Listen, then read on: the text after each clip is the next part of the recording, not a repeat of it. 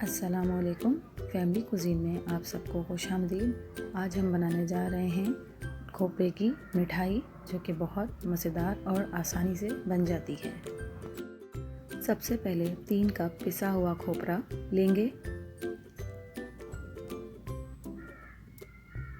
उसमें 2 टेबलस्पून हम घी का डालेंगे और इसे अच्छी तरह से हम मिक्स करेंगे। हमें इसमें इतनी देर तक चम्मच चलाते रहना है, हमें इसे नीचे लगने नहीं देना और ना ही इसका कलर चेंज करना है।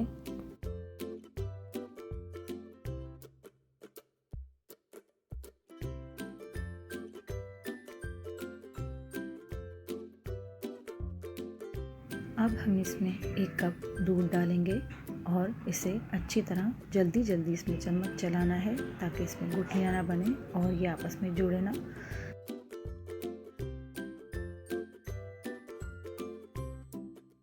हमें इसमें मुस्तकिल चमचा चलाते रहना है क्योंकि इसे लगना नहीं चाहिए।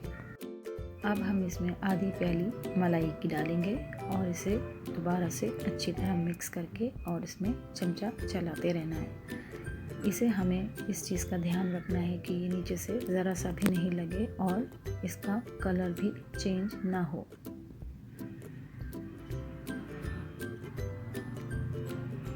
अब हम इसमें 1 कप चीनी का शामिल करेंगे और ये मैंने साबुत चीनी ली है, इसे मैंने पीसा नहीं है क्योंकि इसे हमें पकाना और चमचा चलाते रहना है तो ये खुद ब खुद इसमें घुल जाएगी। अब देखिए चीनी इसमें घुल चुकी है और इसका टेक्सचर ऐसा हो गया है कि अब हम इससे आसानी से लड्डू बना सकते हैं।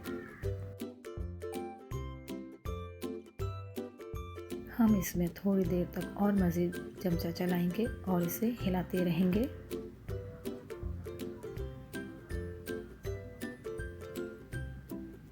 अब हम इसमें 2 से 3 टेबलस्पून खोए के शामिल करेंगे। ये ऑप्शनल है, आप चाहें तो ना डालें। मैं इसमें खुशबू के लिए इलायची पाउडर का इस्तेमाल नहीं करूँगी क्योंकि नारियल की अपनी अलग अच्छी सी खुशबू होती है जो कि काफ़ी है।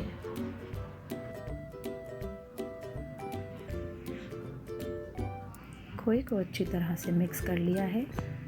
5 से 10 मिनट तक हमने इसमें खोया डालने के बाद चमचा चलाया है और अब हम इसको ठंडा करने के बाद लड्डू की शक्ल में तैयार कर लेंगे।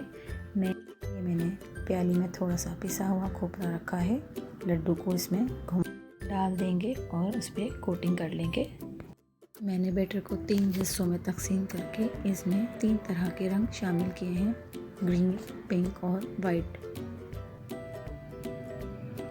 कलर बहुत ही मामूली सा डालना है वरना ये बहुत ज़्यादा डार्क हो जाएगा। ये देखिए मैंने ग्रीन, पिंक और वाइट कलर में इन्हें तैयार किया है। देखिए कितने खूबसूरत लग रहे हैं और खाने में भी उतने ही मज़ेदार हैं। वीडियो पसंद आई हो तो चैनल को लाइक, शेयर एंड सब्सक्राइब कीजिए।